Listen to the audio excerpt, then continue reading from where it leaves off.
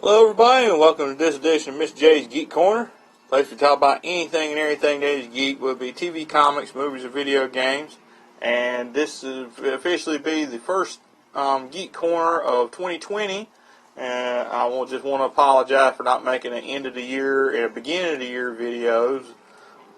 The simple explanation, I was too busy to do that, and I didn't know what to make it about. So, again, I apologize for that. But today, I know it's already been Valentine's Day and everything, but I just want to say a late Happy New Year and Happy 2020. So, there's been a lot of things been going on lately that has to do with everything geek. DC Comics news, probably more Marvel Comics news and everything. But today, I'm going to discuss one of the things that's been going on right now, and that is a few weeks ago the new Star Trek Picard series debuted on CBS All Access.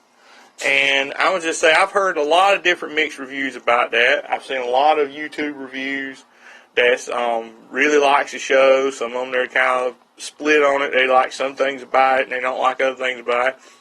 And I've heard those certain fans out there that have really been running everything over the coals lately.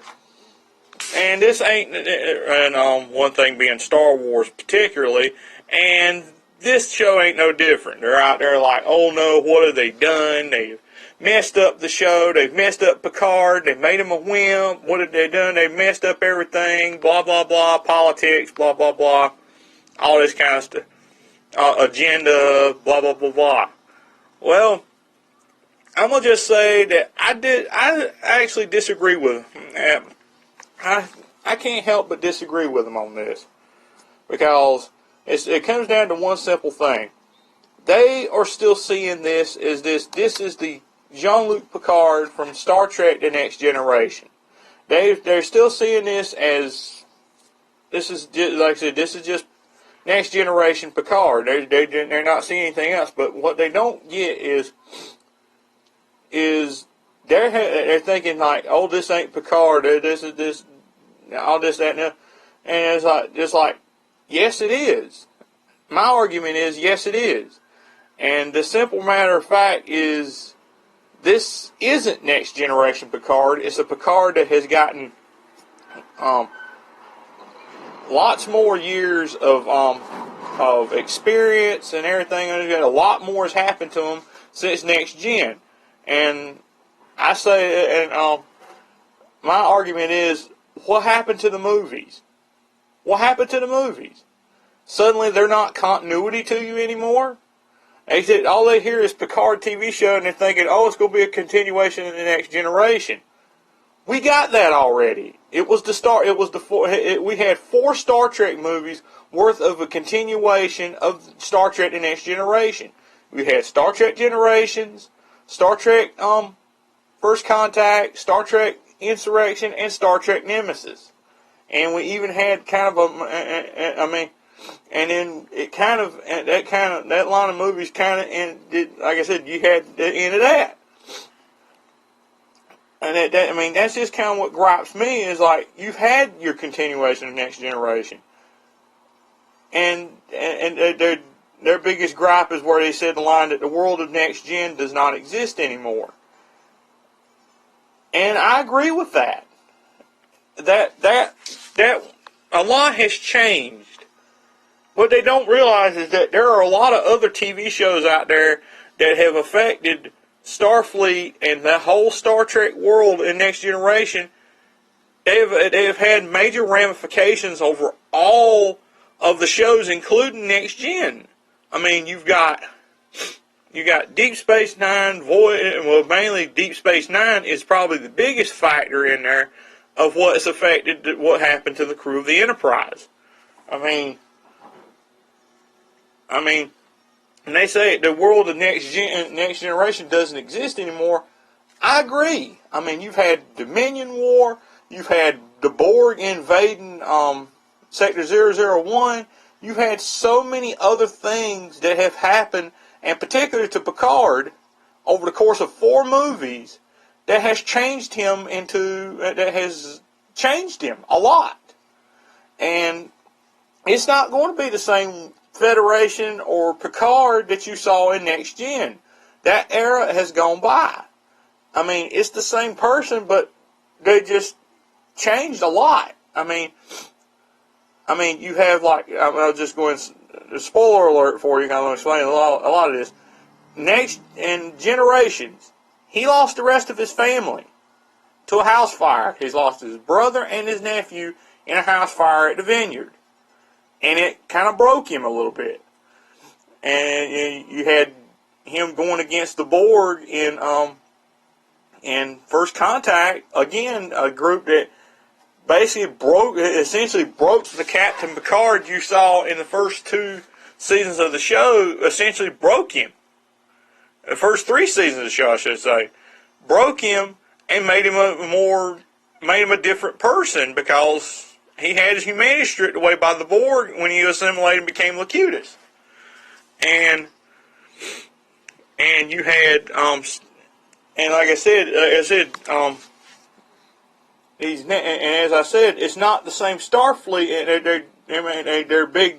One of their big stinks with it is like, as the line he says in the show, Starfleet wasn't Starfleet anymore.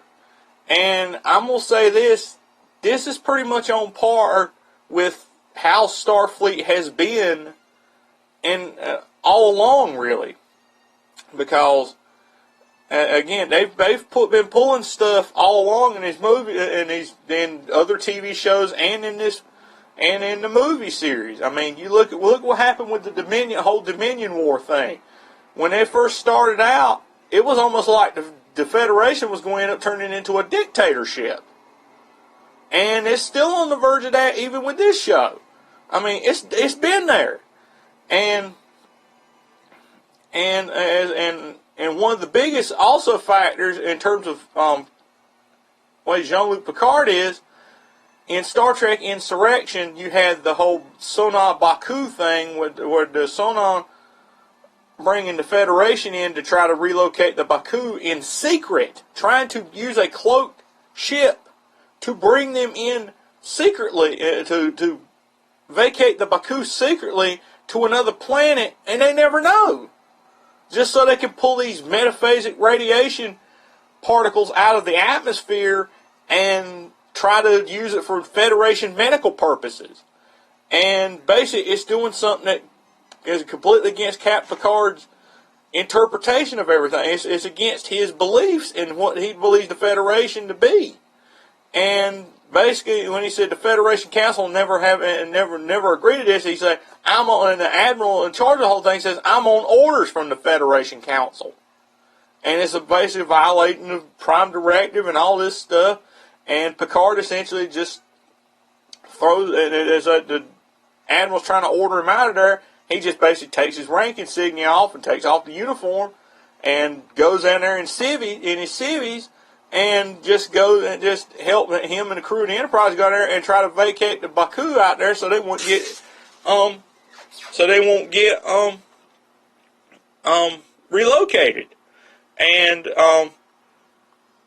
they're basically, and then of course they managed to get communication back to Starfleet, and Starfleet stops the whole thing, saying they're going to review it, and everything is basically their bureaucratic way of saying we got caught, so we better try to cover our butts here. So, and then you have Star Trek Nemesis, in which he loses his best friend and essentially his son Data. And when I say his adopted son Data, it basically loses him in a battle with involving the Romulans, and because of the whole thing to the whole battle with Shinzon, and they essentially start reviewing, and again has a bearing on this series, and they start peace talks with the Federation, and then essentially we get to a comic book series again, a prequel series. We get to the Picard prequel comic series, in which he's captain of a new ship, the USS Verity. He's now Admiral Picard. He has a new first officer, and and basically everything's involved, like a big Romulan conspiracy and everything, and he's trying to vacate people off the planet, and because the whole supernova thing is seen in the J.J. Abrams Star Trek from 2009, and then you have they show in the series that he essentially basically there's this whole thing that's happened where they've been trying to build a evacuation fleet for the Romulans, and essentially all the androids that they have built because of Commander Maddox. See Star Trek, see Next Gen episode season 1, the whole thing with Data. They essentially get reprogrammed, turn on everybody, attack Mars, and leave everything in ruins on Mars, the shipyard in ruins, which leads to them banning the use of androids, banning research of androids, and essentially it leads to the Federation of several systems threatening to leave the Federation if they don't abandon this attempt to rescue the Romulans from dying off. And I guess, yes, this does sound familiar in that the same thing happened when Star Trek 6 with the Klingons. There was ones in the Federation that wanted to pursue peace with the Klingons, and there's some that just wanted forget them, let them die. I mean, that was even Kirk's response to it in the beginning, because he didn't trust them. But in the movie, he restored his faith. It restored his faith in the Klingons, and it changed his mind. But there were still people that just like with that. It's just like this with the Romulans. Only this time the Federation backed off rescuing the Romulans and just leaving them to die. And Picard basically says, it's either continue with this or you can have my resignation. And they accepted his resignation and essentially kicked him out of Starfleet.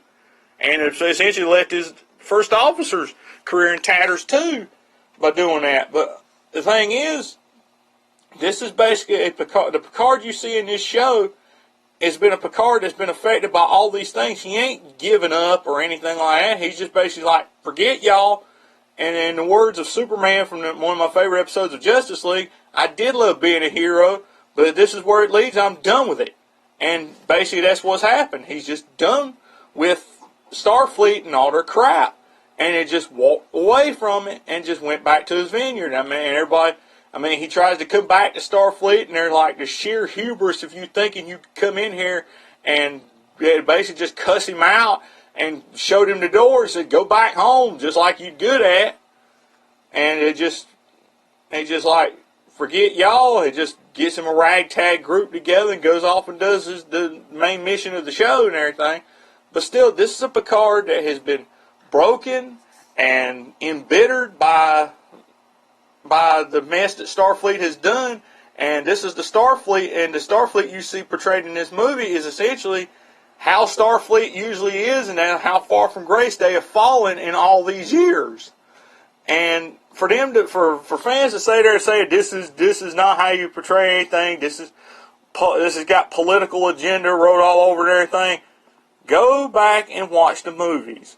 I said, quit looking at everything through Next Generation colored glasses. This is not Next Gen. This is a Star Trek series that has had the ramifications of all these other shows of Deep Space Nine and the movies, particularly the movies, because they have a direct bearing on this show. I mean, you could, like I said, it's.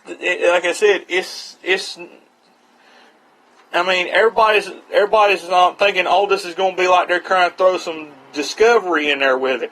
And I'm just going to say right now, Discovery to me is not a good. It feels like they're trying to shoehorn something into Star Trek that don't belong there.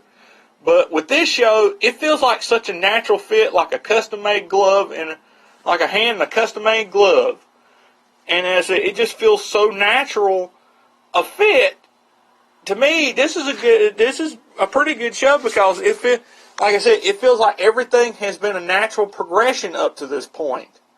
And my advice to the fans out there, like these certain ones I'm talking about, you all know who they are. If anybody watches YouTube, they are saying, like I said, they need to quit. They need to just forget about. They need to just forget about Next Generation. It being like it's supposed to be like Next Gen, because it's not. They need to just go watch the movies and see for themselves just how much of progress, just how much this lines up with how Picard, the movies lead into how the things in Picard are. Because, like I said, to me, it's just a natural progression of things, how Picard has ended up and how Starfleet is. And like I said, there's so much more subtleties in this show, but that's just the main things I see in this show. I actually kind of enjoyed hearing the synopsis and the episode. I actually enjoy it really good. But that's it, and I can't wait to actually watch the show for myself, because I've seen clips of it and I've heard synopsis. It actually sounds really good, and I can't wait to actually watch the show itself all the way through. But what do y'all think about this? Do y'all think? Have y'all seen the show? Or you enjoy it? Do you hate it? Are you kind of on the fence about it? What's your opinion of Star Trek Discovery? Let me know in the comments below.